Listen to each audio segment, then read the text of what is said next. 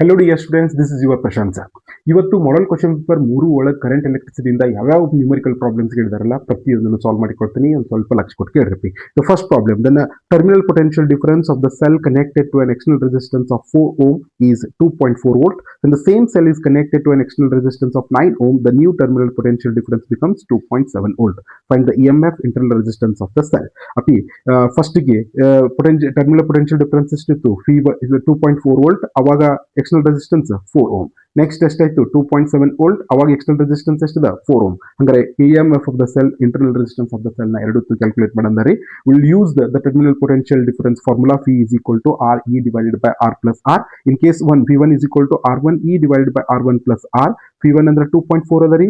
R1 ಎಷ್ಟಿದೆ? 4E divided by 4 plus R. Equation number 1 ಇಟ್ಕೊಳ್ರಿ. In case 2, P2 is equal to R2E divided by R2 plus R. This implies that P2 ಎಷ್ಟಿದೆ? 2.7, 9E divided by 9 plus R. Equation number 2.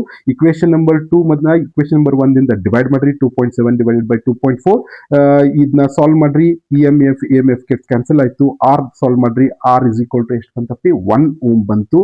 ಈ 1 ohm equation ನ 1 ohm ನ R is equal to 1 ohm ನ equation number 1 ದೊಳಗೆ put up ಮಾಡ್ರಿ.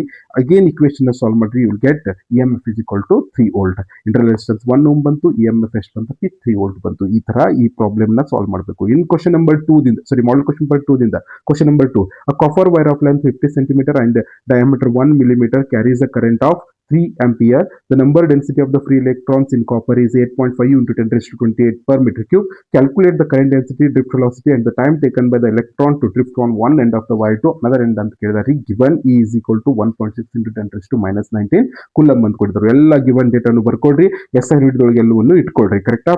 ನಮಗೆ J is equal to I by A calculate ಮಾಡಬೇಕು. ಅದಕ್ಕೆ A ಬೇಕು. A is equal to pi r square. A ನ ಕ್ಯಾಲ್ಕುಲೇಟ್ ಮಾಡ್ರಿ. ಆ A ವ್ಯಾಲ್ಯೂನ ಇಲ್ಲಿ ಪುಟ್ ಅಪ್ ಮಾಡ್ರಿ. J ಕ್ಯಾಲ್ಕುಲೇಟ್ ಮಾಡ್ರಿ. J is equal to current density ಎಷ್ಟು ಬಂತಪ್ಪಿ? 3.82 into 10 raised to 6 ampere per meter square. We know that I is equal to NEA VD. VD is equal to I divided by NE. N ಕೊಟ್ಟಿದ್ದಾರೆ, E ಕೊಟ್ಟಿದ್ದಾರೆ, A ನ calculate ಮಾಡಿದ್ವಿ. ಅವೆಲ್ಲನೂ ಇಲ್ಲಿ ಪುಟ್ up ಮಾಡ್ರಿ. I ಸುದ ಕೊಟ್ಟಿದ್ದಾರೆ 3 ampere ಅದ. ಫಿಡಿ ನ calculate ಮಾಡ್ರಿ. 0.281 into 10 raised to minus 3 metre per second ಬರ್ತದ. ನಮಗೆ ಗೊತ್ತಿದೆ velocity is equal to distance traveled divided by time taken. ಹಂಗಾರೆ velocity is equal to L by T. T is equal to ಎಷ್ಟು ಬಂತು? L by PD. L ಕೊಟ್ಟಿದ್ದಾರೆ 0.5 ಅಂತೇಳಿ divided by PD. Time ನ calculate ಮಾಡ್ರಿ. 1.78 into 10 raised to 3 ಸೆಕೆಂಡ್ ಬರ್ತದ. ನೀಟಾಗಿ solve ಮಾಡ್ರಿ. ನೆಕ್ಸ್ಟ್ ಅಪ್ಪಿ question number 3, model question number 3 ಒಳಗೆ ಇರುವಂತ ಕ್ವಶನ್ ರೀ. Calculate the power dissipated in the 10 ohm resistor in a given circuit ಅಂತ ಕೇಳಿದಾರು. ಈ ತರ ಸರ್ಕ್ಯೂಟ್ ಕೊಟ್ಟಿದ್ದಾರೆ. ಇದನ್ನ ಅನಲೈಸ್ ಮಾಡಿದಾಗ E1 is equal to 2 volt, E2 is equal to 4 volt, R1 is equal to 1 ohm, R2 is equal to 2 ohm, R is external resistance ಎಷ್ಟಿದೆ? 10 ohm ಅದ. Potential difference P ನ ಕ್ಯಾಲ್ಕುಲೇಟ್ ಮಾಡಬೇಕು.